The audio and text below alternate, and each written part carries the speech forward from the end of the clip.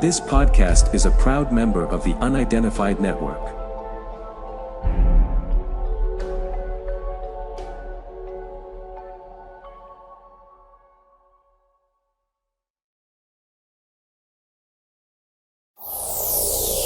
On the Track is a web TV show about cryptozoology, natural history, green issues and whatever else the team feel like making up as they go along. Enjoy!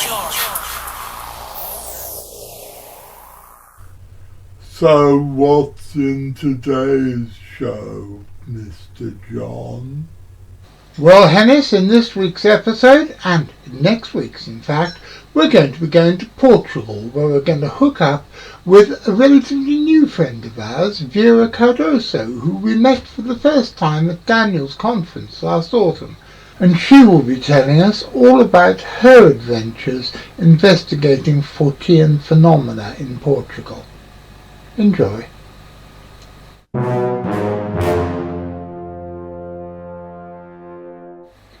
Good afternoon, ladies and gentlemen. My name's John Downes. I'm the director of the Centre for Fortean Zoology, and welcome. Excuse me, what's that over there? Surely not. It looks like Hennis's friends, the Chicken Dancing Academy. What did all the chickens start to sing? What did all they flap their tiny wings? What did all the chickens began to sing and shout? Would you join in with the fun and wave your arms about? Let's try it again. Good afternoon, ladies and gentlemen. My name's John Downes. I'm the director of the Centre for Fortean Zoology, and welcome to another episode of On the Track. And in the co-pilot seat today is none other but my old friend V. McCrillen. Say hello to everybody, V. Hello to everybody. You spent quite a long time then peering around on the floor looking for something. Yeah, I was just moving the fan off the desk because I thought it might make a noise. Well, that's a bit pretentious to tell everybody about all the fans you have. And there are so many fans, one of them's even parked their bottom on your desk. I'm not impressed, Mr. McCrennan. No, neither would I be. It's disgraceful. You... I said I'm thoroughly ashamed of myself. I thought you said, why hadn't I shaved? Anyway, you can take your shame into the corner and be ashamed of you, while I explain to the... Yes. Oh, you can't at the moment. Archie's on the naughty step. He turned out to be in earlier. Okay, what I wanted to tell you all is that On the Track is a show we put out twice a week. On Wednesday evenings at about 6:30 for about a quarter of an hour, and on Saturday afternoons like this one at 3 o'clock for about twice that. And it covers a mélange, a mixture, a mishmash of hard science, weird shit and surreality. What's surreality, Mr. McCrinnan? The word itself means beyond realism in French, and surreality is distinguished by the sense that things seem real but are so illogical and unsettling that they can't possibly be. Sometimes everyday life seems like a bizarre dream. It's surreality making you pinch yourself to see if you're actually asleep.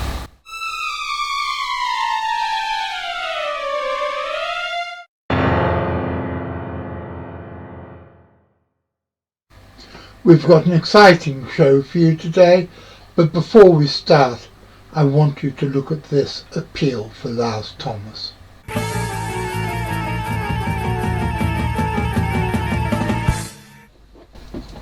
Hello, ladies and gentlemen. My name's John Downes. I'm the director of an organisation called the Centre for Fortean Zoology, which is the largest mystery animal research group in the English-speaking world. And we like to think the best. We've been going now for over 30 years, and in those 3 decades we have sometimes carried out campaigns to try to raise money for equipment or for expedition expenses. But one thing we never do is to raise money for ourselves, because money is nowhere near as important as the search for expanding the boundaries of human knowledge, which is, at the risk of sounding horribly self-important, what this organisation is all about. However, we are a family in a very real sense, and there have been times over the years that we have made appeals to raise money for members of the CFZ family who are down on their luck. And this time I want to tell you about my friend Lars Thomas. He was one of the earliest members of the Centre for Fortean Zoology back when, in 1994, we started publishing our magazine, Animals and Men. And I have known him therefore for 30 years this year, which seems to be a remarkable length of time. He has recently become very ill, and he's in a hospital, partially paralysed and not able to work or indeed do anything very much. And so Richard Freeman phoned me the other night and suggested that we do a crowdfunding exercise to try and raise some money for him while he is in such a dire straits. And so I had a word with Miss Guinevere, and she went and set it all up. And you can read all about the appeal here at this link. What I would like to say, ladies and gentlemen, is that Lars is a very nice, sweet and kind man who's been very kind and generous to all of us over the years, and it's about time, I think, that the CFZ paid something back. Please dig deep in your pockets and do whatever you can to support this very worthwhile appeal.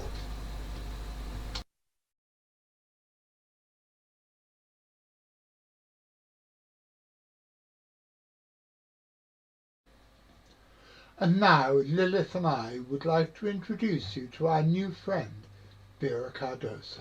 And she will be telling us all about her adventures investigating Fortean phenomena in Portugal.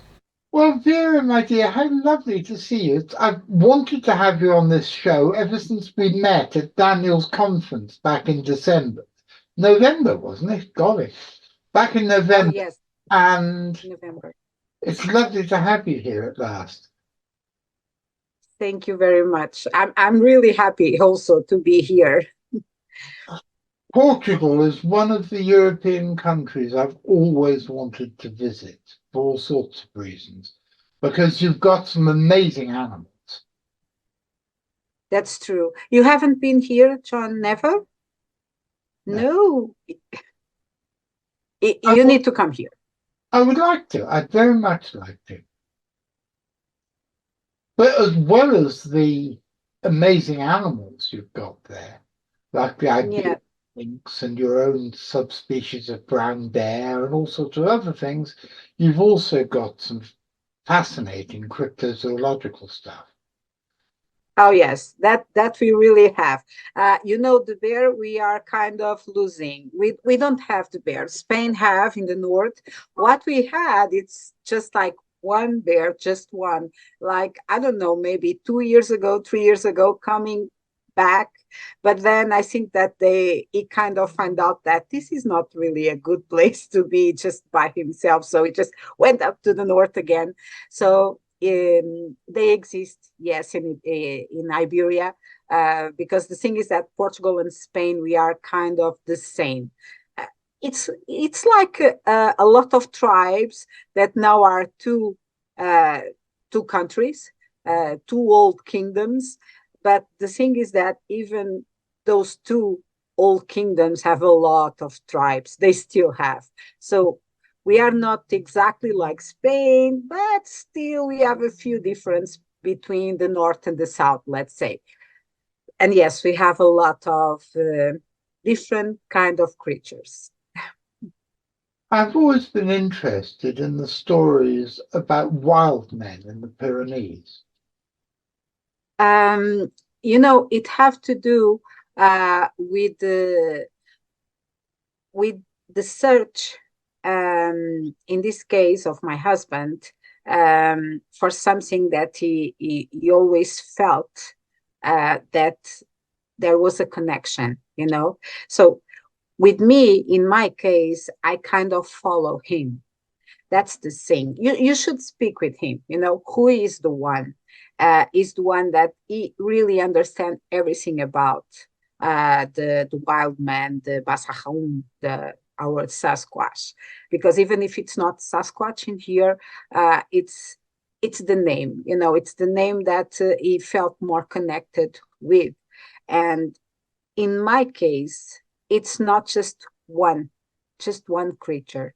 The thing is that since I was very, very young, so the story of my life always connected me in a way, and even my family, with those kind of, let's say, legends and myths, things that I start to see like around 20 years ago, that it's weird that we have so many people giving these descriptions about creatures that we only heard about them in the fairy tales, and those kind of things made me think. And then I have my own experience, of course, that also helps. But yes, the Pyrenees it's one of the places that it's full of legends and fairy tales, and so of course they are important. The thing is that everyone thinks that we only have really creatures in big woods, big forests, huge mountains in the middle of nowhere.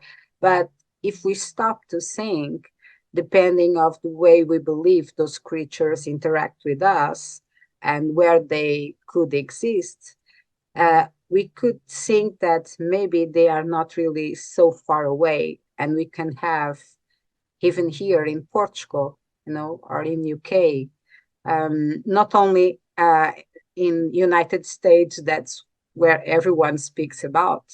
Even France is one of those countries in Europe that they have done a lot of research through centuries, and they maintain that research. And so when you speak with someone there about, for example, a werewolf, it's a common thing. It's something that, or a dogman, that's similar.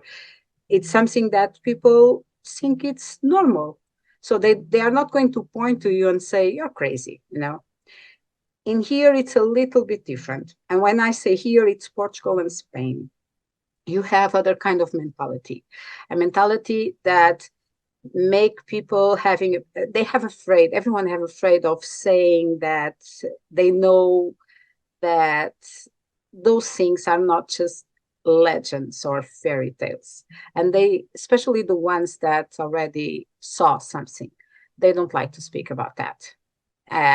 So you need to have patience. You need to show them that you believe, and you also need to show them that even you have like me, that I have experience with a few of those creatures. So that's the link that connects people, just like us, the same. Tell me about your experiences. Sorry?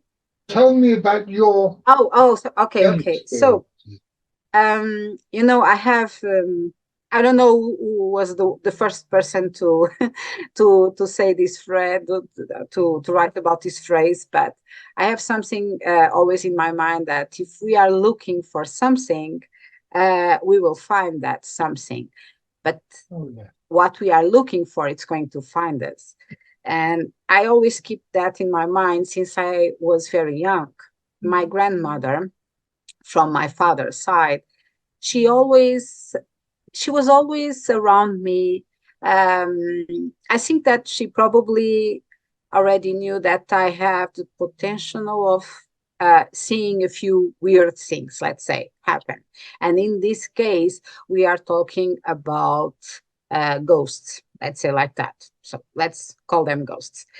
And because of that, she was afraid that I continue to investigate that I wanted to know more. So she was always speaking about that, but speaking like if she wanted me to know that it was like a forbidden thing, that I could not look for that. But I have a huge problem. If someone tells me, you cannot do that, and if it's something that I really want, or if it's a click in my brain saying, Vera, maybe it's worth it, you need to go there. I go, I do, and that was what's happening. So I have my family connected with those, let's say, what they name it, visions of it's a little bit weird, of dead people, of souls, old souls connected with our ancestors in this case, because they always, when someone the oldest ones of my family, when they speak about that, they always named the ghost, let's say. So they always knew who was it. So someone that used to belong, or still belong, of course, to our family. And then I have my parents, and especially the sister and the sister of my father. They are from that generation that have the Apollo, NASA, walking in the moon. And my father always liked those things. He's an archaeologist like me, but he always loved those things. So he had a lot of books about that. And also like books about ufology, UFOs, about weird creatures. And there was a newspaper for a few years in the 70s in Portugal that speak about all of those things. Not only that happening here, but all around the world, but especially things from France, for example. Again, why? Because there was a lot of investigation there. So all the material used to come from there. So my father used to have that newspaper. And so now it's a huge book that I still have with all the numbers. And there you can find a lot of reports about weird things that happen. The majority, it's probably connected with UFOs, but still you have a little bit of everything. And so I had, like, in my house, in my home, a huge library. And that library kind of passed to me from my father, from my grandfather. And so I used to read a lot. And I'm kind of good on writing. And my father was for years trying me to start writing a book. And until I decided to do that in 2006. And so, and I decided if I was going to write, I need to write about something that I really love it. And so have done about the legends and myths of Cascais and Sintra, two books, both in Portugal, but very connected. And there's a few different kind of creatures. And so this is like the beginning of my journal. Let's say I was already doing a few guided tours, especially in Sintra. Sintra, I don't know if you heard about the mountain of Sintra, but it's a mystical mountain and it's full of weird things because it's connected with witchcraft, with haunted houses, with fairy tales. There's a lot of stories there. So that's my beginning, let's say. And after that, I start to go all around the country. And where I find my place, where I have almost everything that I always wish to know if it was real, just stories, because Sintra, it's close to a city, to Lisbon. And so everything close to the city, close to the ocean, people doesn't really believe. They are just fairy tales. So you need to go to the interior of a place, of a country, in this case of Portugal. So that's exactly where I am. So I'm in the interior of Portugal right now, and I'm talking with people from the village around here. So this area, the name is Sabugal. And I'm speaking about with people from both sides of the border, so Portuguese and Spanish ones. And they are the ones that have the sightseeing things, that they saw things. They don't know how to explain, and it's weird because a few things they have like respect. They have afraid things like werewolves. They were really scared, and the werewolves usually they connect them with the wolves, so that gives like a bad name to the animal. Also, it's sad, it's really sad. It's also the place of the lynx. So, I mean, you like lynx, right? I've always wanted to go to the Iberian lynx reintroduction project where they're breeding them. I really want to go there. Okay, so they are a little bit more in the south. Even if they are doing the work in both sides of Iberia, in Portugal and Spain, the border, the thing is that the Spanish ones are really the ones that always start everything. So, but because we are in the same region, it's totally normal that the animals cross to our side. They don't have borders. But yes, in here we have those. We have lynx. The wolves always try to come, but there's an old story with the wolves. But the thing is that, yes, we have a lot of reports about werewolves, giant creatures that they don't really know how to explain what it was. But it's easier to see after a while when you investigate, and you know that, John. When we start this kind of work in any area, it could be anything that you are studying. After a while, you have the appointment, and you can say, well, this one, yes, this one, it seems true. This one, well, they are kind of lying. It's like a joke, let's say. It's just a fairy tale. So we just need to pay attention and just follow the work in a right way, let's say, with trying to have all the details and trying to understand the beliefs. That's something important. That's another thing that because we are in a place that people are very religious.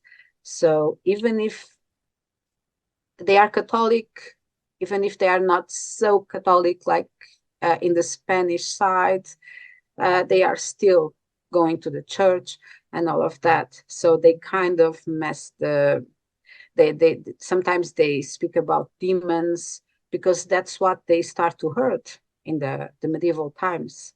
And so they kind of mix a lot those things. But there's a lot of weird stuff here.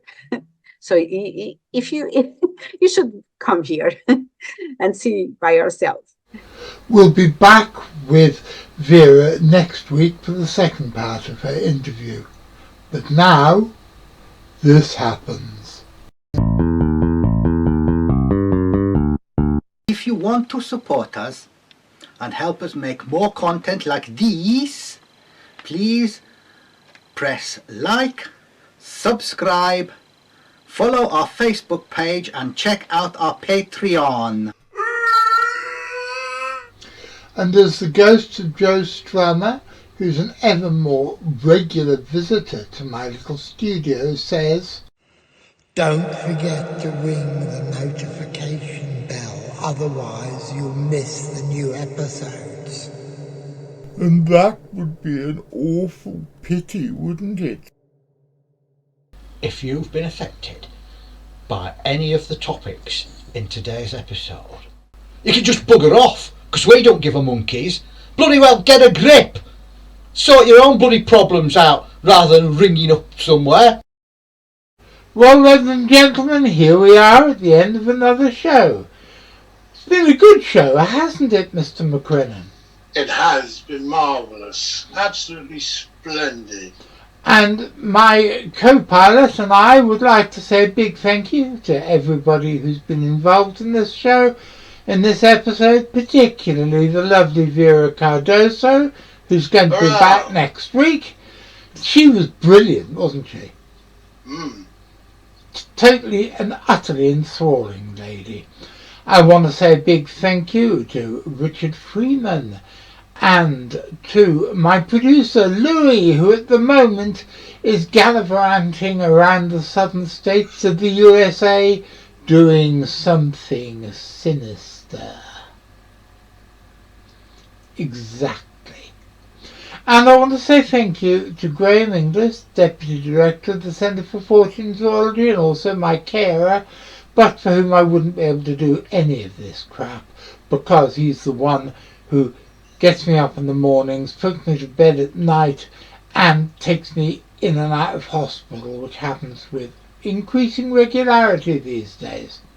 And I want to say a big thank you to the lovely Guinevere Palmer, Assistant Director of the CFZ, but for whom we really would completely go tits up, because she's a puppet. She is not just a puppet, she's a puppety puppet. Yes. She's a fabulous puppet. She is, and she's also a damn good administratrix, which means she tells us all what to do with a firm hand. We're going to be back on Wednesday. What are we going to be talking about on Wednesday? Well, I think, although I haven't recorded it yet, I think that on Wednesday we're going to be looking at the latest issue of Butterfly Conservation, which I am going to go through with Mr. McCrinnan, because we're going to film it as soon as we've finished processing this one. We're going to be filming this one, and we're going to be back next Saturday with the second part of our interview with Vera Cardoso. And so, Mr. McCrinnan, are you going to be around on Saturday? Well, I hope so. And are you going to be watching the show? Well, I hope so. Well, assuming that I'm not in a hospital and not doing anything ridiculous, and by the way, I want to say big get well soon to Darren Graham, who's at the moment very ill in the hospital. Yes, he's our friend. He's a very, very sweet guy. And also to Bill Rigby, the Northern American Bigfoot researcher, who's also ill and in and out of the hospital. Get better soon, lads.